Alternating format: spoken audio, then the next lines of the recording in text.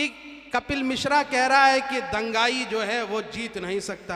अरे कपिल मिश्रा, तुम्हारी रातों के नींद हराम होने वाली है, तेरा बाप कल आ रहा है, आ रहा है। ऐलान बीजेपी को हराना है ना, तो इस बार ठेकेदारी एमआईएम उठा रही है। पूरी मुस्तफाबाद की आवाम एक तरफा ताहिर हुसैन को वोट कर दे, हम बीजेपी को हरा देंगे इंशाल्लाह। हराओगे ना, जिताओगे। सबसे बड़ी खुशखबरी हमें ताहिर हुसैन साहब की तरफ से मिली और उनके बेटे ने यह खुशखबरी मुझे दी। तो सदर साहब के साथ जो हमारी बात थी वो आज मुझे याद आ गई। शादाब ने मुझसे कहा कि पापा को पैरोल के लिए वो जमानत मिल गई है और वो अब मुस्तफ़ाबाद आ रहे हैं, ताहिर हुसैन साहब आपके बीच आ रहे हैं और आपके बीच आके प्रचार करेंगे इंशाल्लाह। इतना सुनते ही मुझे वो दिन याद आया कि जब पहली बार सदर मजलिस असदुद्दीन ओवैसी साहब के साथ मैं भी और ताहिर हुसैन साहब का परिवार पहली बार बैठा था और हम लोग डिस्कशन कर रहे थे कि कैसे चुनाव लड़ना है, क्या करना चाहिए।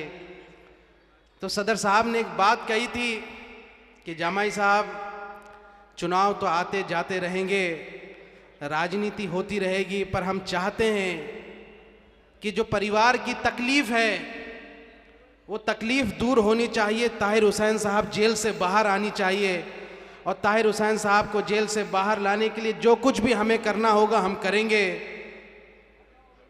तो मैंने कहा कि सदर साहब, ये जो सियासी ताकत हम आज ताहिर हुसैन साहब को देने जा रहे हैं टिकट के तौर पर, ये ताकत ही उनको जेल का दरवाज़ा तोड़ेगा, ये ताकत ही उनको वो हौसला देगा कि वो अपनों के बीच आ सकेंगे। और आज वो बात पूरी होते हुए दिख रही है। चुनाव भी लड़ेंगे इंशाअल्लाह, जीत भी मुकद्दर होगी। लेकिन आज मुझे बहुत खुशी है कि कोर्ट का ये जो फैसला आया है, इसने एमआईएम के लिए एक बहुत बड़ी एक क्रेडिबिलिटी है कि एक पार्टी होने के नाते जो बात दूसरी पार्टियां नहीं सोच सकती थी, जब उस दौर में आम आदमी पार्टी जिन्होंने इस परिवार को धोखा दिया, एक तरफ वो अरविंद केजरीवाल है जो कहा करते थे कि ताहिर हुसैन को दोगुनी सजा दो, और एक तरफ मेरे सदर मेरे कायद असदुद्दीन ओवैसी है जो कहते हैं कि चुनाव तो लड़ लेंगे लेकिन सबसे पहले ताहिर हुसैन साहब बाहर आना चाहिए। मुझे फख्र है अपने सदर साहब पर कि हम दूसरी पार्टियों जैसा नहीं है और हम इस बात का ऐलान करते हैं इंशाअल्लाह कि कल आपके बीच ताहिर हुसैन साहब आएंगे और इंशाअल्लाह समीकरण जो बदलेगा, ये जीत मुस्तफाबाद में मुकद्दर होगी इंशाअल्लाह। तो ये बात उन तक भी पहुंचना चाहिए जिन्होंने मुस्तफाबाद को धोखा दिया, जिन्होंने मुस्तफाबाद को बदनाम किया है। और ये आज जब इनके पास काम गिनाने के लिए कुछ नहीं है तो बीजेपी का डर दिखा रहे हैं कि बीजेपी आ जाएगी, वोट बढ़ जाएगा। अरे मोदी का डर दिखा रहे, बीजेपी का डर दिखा रहे, तो कान खोल के सुन लो गयूर नौजवानों, हमारे भाइयों, ये ईमान वाली कौम है, ये कलमे वाली कौम है, ये किसी से नहीं डरती, सिर्फ अल्लाह से डरती है, सिर्फ अल्लाह से डरती है। तुम बीजेपी से डरा रहे, तो ये डर का बाजार अब खत्म करना पड़ेगा। कोई डिवीजन नहीं होगा, बीजेपी को हराना है ना, तो इस बार ठेकेदारी एमआईएम उठा रही है। पूरी मुस्तफाबाद की आवाम एक तरफा ताहिर हुसैन को वोट कर दे, हम बीजेपी को हरा देंगे इंशाअल्लाह। हराओगे ना, जिताओगे। अब देखो, क्योंकि आज मैंने इससे पहले जितनी भी स्पीच दी है, क्योंकि सदर साहब भी होते हैं और मेरा ज्यादा बोलना मुनासिब नहीं होता, आज मैं वो लिबर्टी लेता हूं कि ये आखिरी दौर हम चुनाव प्रचार में जा रहे हैं तो कुछ बातें हम अर्ज करना चाहते हैं कि यही वो मुस्तफाबाद था, यही वो ब्रिजपुरी पुलिया थी जहां पे एक मस्जिद को जला दी गई थी और उसमें कुरान को जलाया गया था। जब हम लोग उस दिन 2020 के टाइम पे मदद के खातिर यहां पहुंचे और सदर मजलिस ने भी उस दौर में यहां से दंगा पीड़ितों को मदद पहुंचाई थी, दवाएं पहुंचाई थी। न जाने कितने परिवार ऐसे थे जिनको यहां से, जिनकी बेटियां वैसे ही शादी के लिए उनकी इंतजार हो रहा था और दहेज का सामान जल गया था। जब मैं आया उन परिवारों से मिला तो कई बाप हमारे गले लिपट के रोते रहे कि ये हमारा घर जल गया है, मेरी बेटी की शादी होने वाली थी। मैं खुद गवाह हूं उस बात का। और जब हम उस शिवविहार की जब उस मस्जिद में पहुंचे तो सब कुछ बर्बाद, कुरान भी जला हुआ था, मस्जिद में लोग तबाही मचा चुके थे। हमारे साथियों ने वहां पे उसको झाड़ू लगाया और मैंने देखा कि कुरान की प्रतियां जो जली हुई थी, वो जली हुई कुरान आज भी मेरे घर में सहेज के हमने रखा है। वो दर्द को हमने नहीं भूला है, लेकिन इस दर्द को दोगुना करने का काम अरविंद केजरीवाल ने किया था। आप बताओ यहां पे हाथ उठा के और ईमान के साथ कि उस वक्त की सरकार जब अरविंद केजरीवाल की थी, अगर वो अपने विधायकों के साथ, अपने मंत्रियों के साथ इन इलाकों का दौरा कर लेते तो दंगा नहीं होता। लेकिन ये खामोश रहे और 2022 में जस्टिस लोकुर समिति की रिपोर्ट आई और जिसमें साफ तौर पर कहा था कि दंगों में जो है अरविंद केजरीवाल का भी एक अहम रोल था। तो क्या बताओ तुम, मुस्तफाबाद की आवाम बताए, ये आदिल को वोट नहीं है। अगर तुम झाड़ू को वोट देते हो तो तुम्हारे इलाकों में दंगा कराने वालों को वोट देने के बराबर है। तो क्या तुम उनको वोट दोगे? नहीं दोगे ना। ये आवाज सुना देना झाड़ू तक, और झाड़ू के साथ ही हम साफ करेंगे इस बार इंशाअल्लाह। देखिए, इससे पहले भी कई बार सवाल पूछे गए कि दिल्ली के अंदर एमआईएम सिर्फ 2 सीट क्यों लड़ रही है। ये कमाल की बात, ये गजब का लैला मजनू का खेल चल रहा है। भाई मोहब्बत करे तो भी बदनाम, मोहब्बत ना करे तो भी बदनाम। अभी अगर 10-15 सीटें लड़ लेते तो कहते कि यहां मजबूत नहीं है और वोट काटने के लिए आ गए। अब हमने जब यह फैसला किया, जबकि हमारी संगठन तैयार थी, मजबूती के साथ कई और सीटें लड़ने के लिए तैयार थी, लेकिन सदर मजलिस ने और दिल्ली कमेटी ने यह तय किया कि 2 सीटें हम लड़ रहे हैं, ओखला और मुस्तफाबाद, क्योंकि हम यहाँ फोकस करके लड़ना चाहते हैं, जीतना चाहते हैं। किसी का वोट काटना हमारा मकसद नहीं। तो आज ये बताओ कि क्या ताहिर हुसैन और जो हमारा शफाउर रहमान ओखला में लड़ रहे हैं वो मजबूत प्रत्याशी है या नहीं है? है ना। हमारा सीधा मुकाबला भारतीय जनता पार्टी से है, हमारा सीधा मुकाबला आम आदमी पार्टी से है। तो बताओ फिर ये हमारे फैसलों पर सवाल क्यों उठते हैं?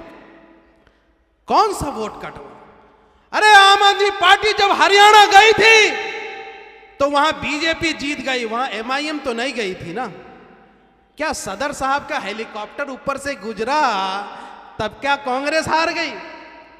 सवाल नहीं पूछ रहे आप, सवाल नहीं पूछ रहे। गुजरात में आम आदमी पार्टी चुनाव लड़ती है, 1.5% वोट शेयर। हरियाणा में आम आदमी पार्टी चुनाव लड़ती है, 1.5-2% वोट शेयर। झारखंड में ये चुनाव लड़ती है, बिहार में लड़ती है, नोटा से भी कम आता है आम आदमी पार्टी को। कोई इनको वोट कटवा या कोई बी टीम नहीं कह रहा है। अरे इनका बस चले तो हुलू लुलू और नागालैंड में भी चुनाव लड़ लेंगे। तुम एमआईएम को बोलते हैं, एमआईएम को इतना, हाँ लड़ेंगे। इस जमहूरियत ने हमको यह हक दिया है, इस आईन ने हमको यह हक दिया है कि हम पूरे हिंदुस्तान में चुनाव लड़ेंगे और अपनी मुस्लिम क़यादत को खड़ा करेंगे। तुम्हारे को जो होता है कर लो। अब ये बेवकूफ बनाने का काम ये बंद करना चाहिए। आज इस मौके पर मैं अपने साथियों को भी बधाई देना चाहता हूं जो पिछले 7-8 महीनों से उन्होंने बहुत संघर्ष किया है।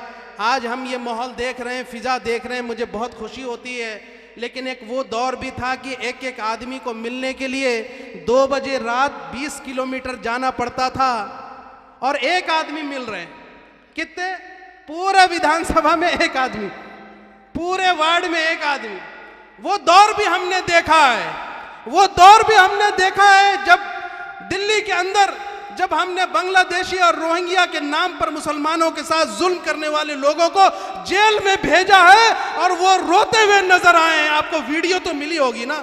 ये हमारे साथियों का संघर्ष था, ये हमारे साथियों का संघर्ष था।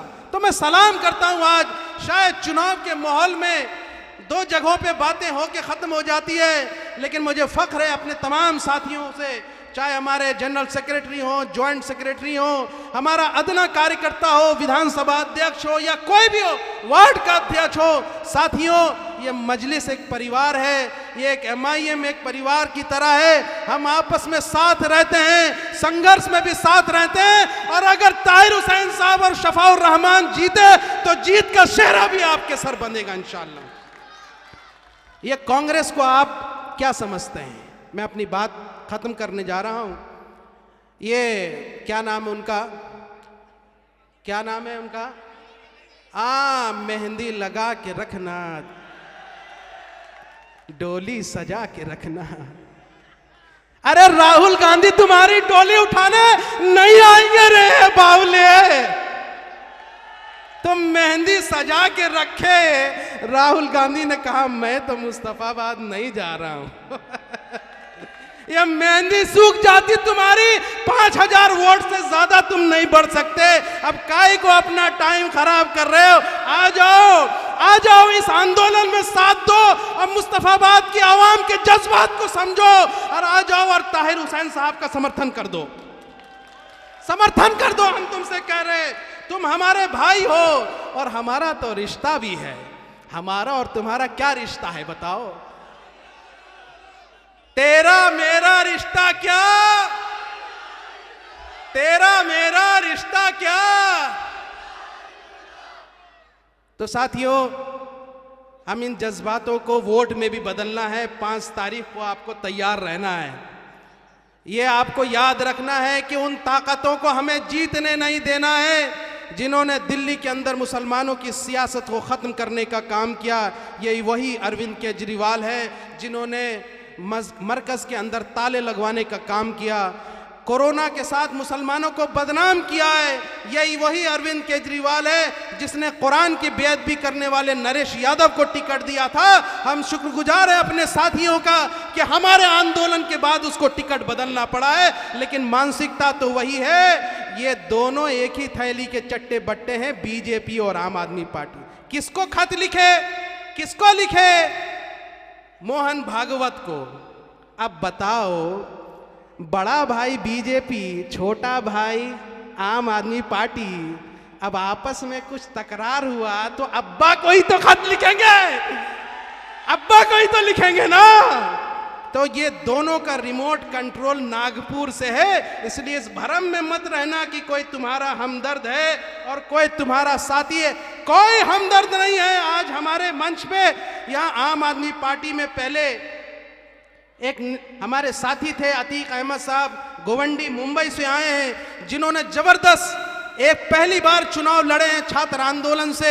आज आपके बीच मेहमान बन के आए हैं, ये भी अपनी बात रखेंगे। आप सुनिएगा कि आम आदमी पार्टी की सोच क्या है। MIM से इन्होंने चुनाव लड़ा, 42,000 वोट लेकर के आए और अबू आसिम आजमी को जुलाब आ गया था रातों रात।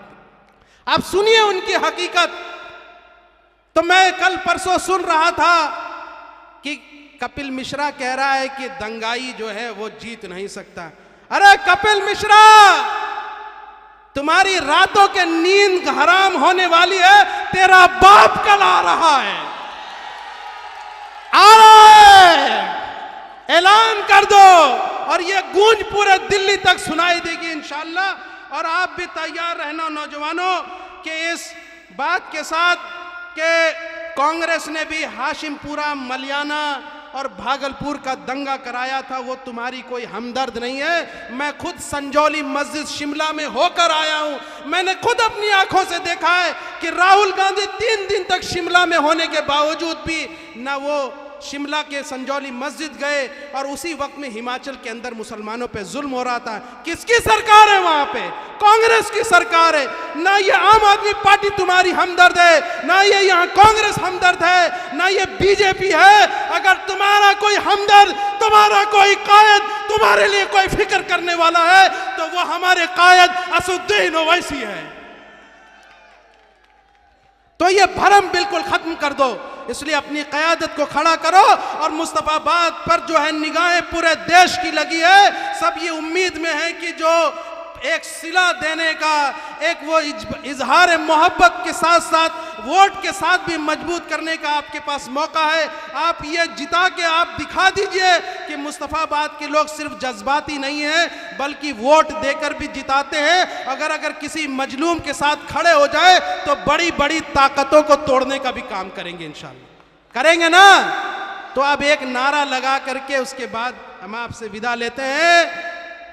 नारा तकबीर, नारा तकबीर, नारा तकबीर, नारा रिसालत।